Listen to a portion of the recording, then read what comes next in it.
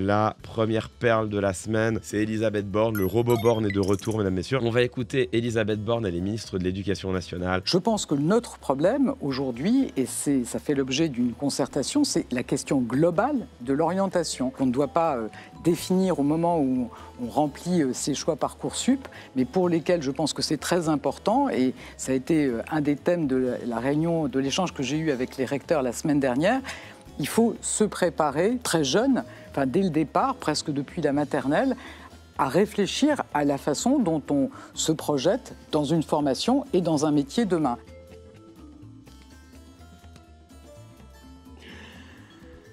Les mecs en face qui l'écoutent, mais stoïquement. Personne ne tique. Je me serais écroulé sur place. J'aurais trébuché, debout, sans bouger, tu vois. Je pense que on me dit ça, je suis là genre... tu vois, jeu d'acteur, vous savez, je suis un peu comédien. J'aimerais bien laisser dérouler un tout petit peu pour savoir si elle va être reprise quand même si j'ai déjà ma réponse. Je disais, il y a 200 000 chances à ceux qui auraient fait un choix qui correspond. Je pense qu'il faut offrir des chances tout au long de la vie.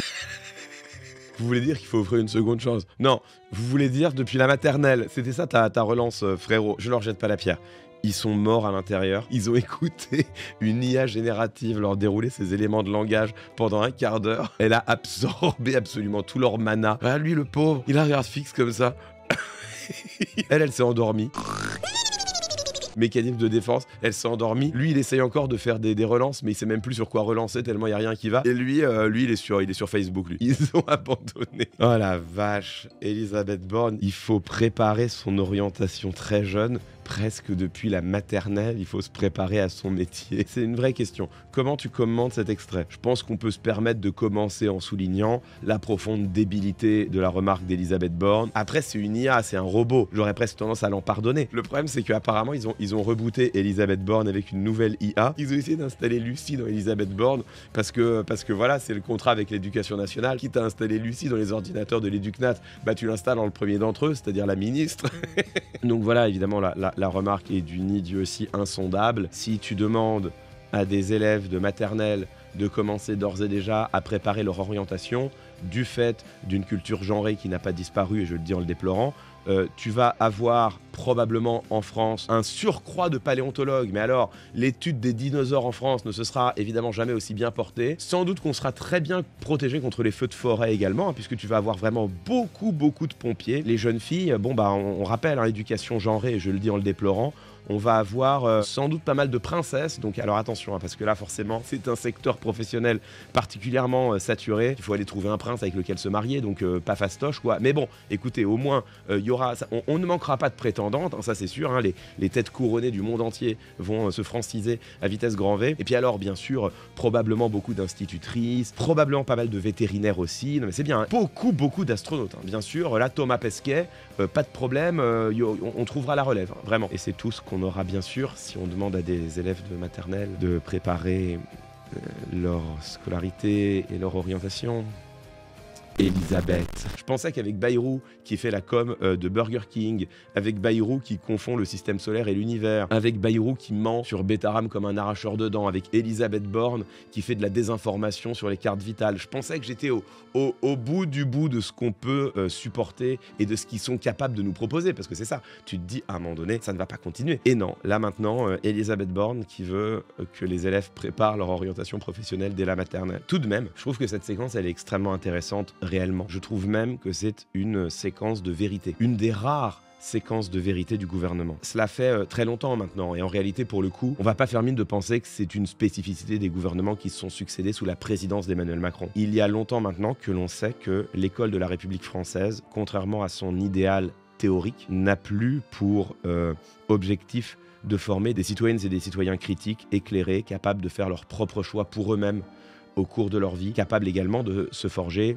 un avis éclairé sur les problèmes publics et d'arrêter des choix citoyens délibérés et décidés en commun. Ce qui devrait normalement être l'idéal de l'école républicaine, d'une école qui forge des citoyens dotés de toutes les armes nécessaires pour agir comme un peuple majeur, au sens kantien du terme, pleinement adulte, pleinement éclairé, qui n'a pas besoin qu'on le guide, mais qui peut au contraire décider par lui-même et pour lui-même. Cela devrait être cela, l'idéal de l'école républicaine. Je vous renvoie à la jolie formule de Condorcet, qui en fait est une formule apocryphe. C'est plutôt Christiane Taubira qui l'a inventée en citant mal Condorcet. Selon l'idéal de Condorcet, l'école devrait forger des citoyens difficiles à gouverner. Et c'est exactement l'idéal que moi j'ai chevillé au corps. L'idée que si l'école fait bien son rôle, elle va forger, fabriquer, façonner des citoyennes et des citoyens difficiles à gouverner, pleinement éclairés, pleinement critiques, aptes à et capables de repousser les discours et principalement les discours fallacieux qui leur sont proposés.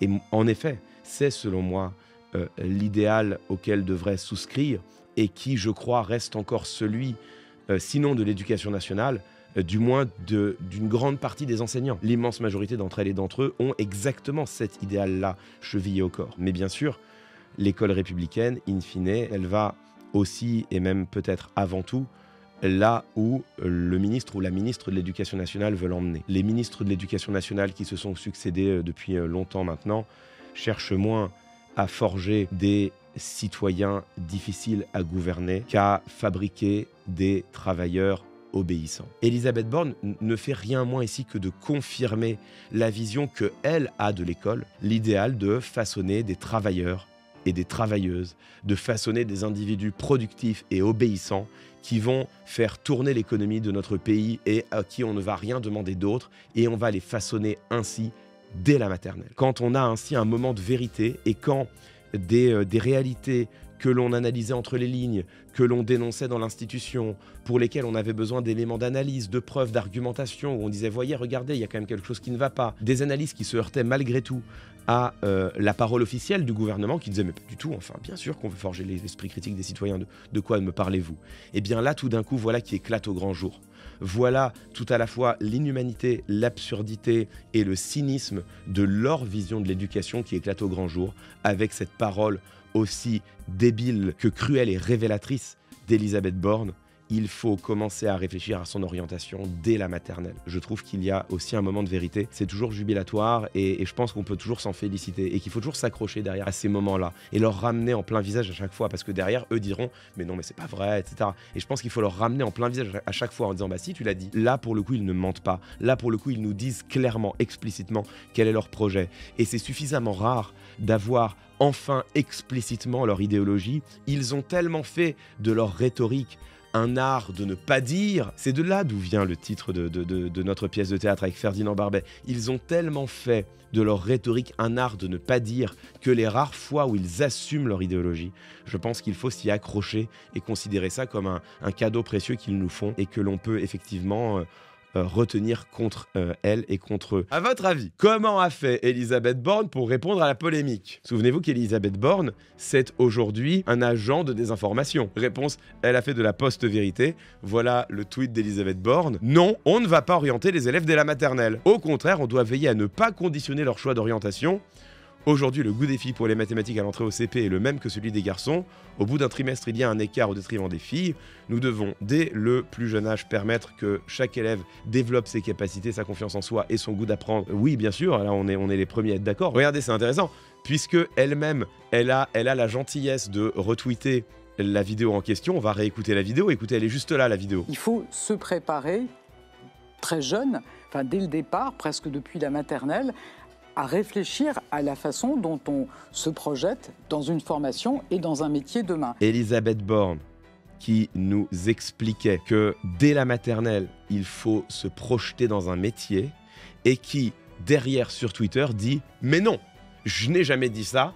J'ai simplement dit qu'il fallait développer toutes les compétences pour que les élèves puissent plus tard se projeter dans un métier. Manque de peau, c'est le contraire de ce qu'elle a dit. Elisabeth Borne en pleine post-vérité, quand je vous dis que c'est un agent de désinformation, quand je vous dis qu'elle nous fait du Trump dans le texte, qu'elle dit une chose et que derrière elle prétend avoir dit le contraire, alors qu'on le voit, hein, les yeux dans les yeux, que c'est bien ce qu'elle avait dit. Est-ce que c'est ce qu'elle a voulu dire ?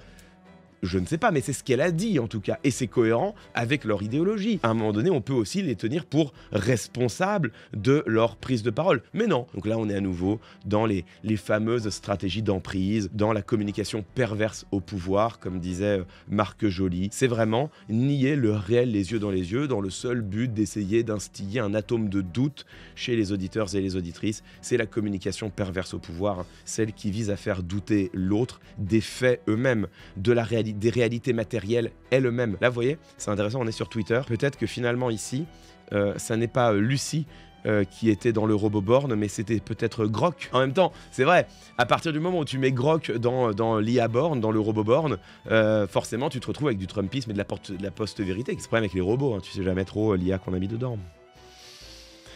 Dis Siri. Bon, allez, j'avance. Oh merde, j'ai mon iPhone qui s'est allumé.